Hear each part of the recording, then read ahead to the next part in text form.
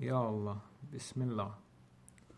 Bu dəfə oxuyacağım hədis Şeyx Tusinin İmlalar kitabındandır. Hədisi Həmzə Somali İmam Baqir əleyhissalamdan nəql edir. Həmzə Somali İmam Baqir əleyhissalamın çox yaxın dostlarından olub.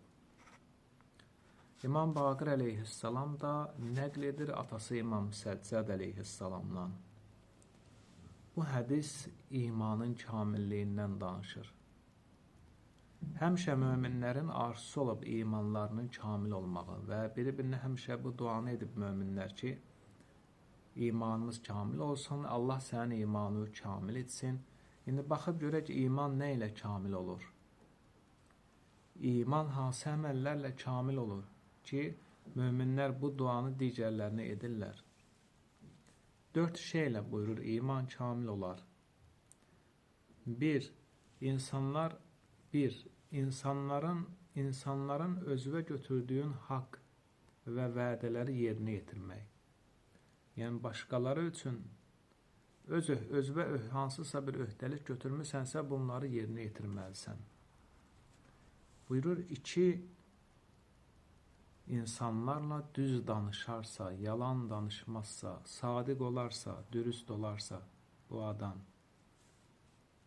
3. xasiyyət, imanı kamil edən وَاسْتَحْيَا مِنْ كُلَّ قَبِيهٍ عِنْدَ اللّٰهِ وَاِنْدَ النَّاسِ Həm Allah yanında və həm də insanlar yanında qəbih olan, çirkin olan hər bir əməllərdən, işlərdən həya edə, çəkinə. 4. وَحَسُنَ خُلْقُهُ مَا أَهْلِهِ Öz əhli əyalı ilə xoş rəftar edərsə, İmam Səccad əleyhissalam buyurur ki, bu 4 xasiyyətə əməl edən hər kəsin Allah bütün günahlarını bağışlayar, imanını kamil edər və Allah ilə, Rəbbi ilə görüş zamanı Rəbbi ondan razı qalar.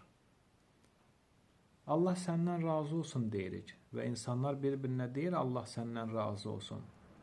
Amma Allahın razı qalmağı nəyə bağlıdır? İnsanların biri-birinə münasibətini yaxşı qurmağında, əhli əyalı ilə, qohum əqraba ilə münasibətləri xoş davranışlar yaratmağa, xoş münasibət qurmağa bağlıdır. Həm Allahın bəndədən razı olmağı, həm də imanın kamil olmağı. Sosial münasibətləri gözəl şəkildə qurmağa bağlıdır, buyurur bu hədis. Allahu Əkbər deyil, özü də ucadan namaz qıl, ucadan Allahu Əkbər deyil.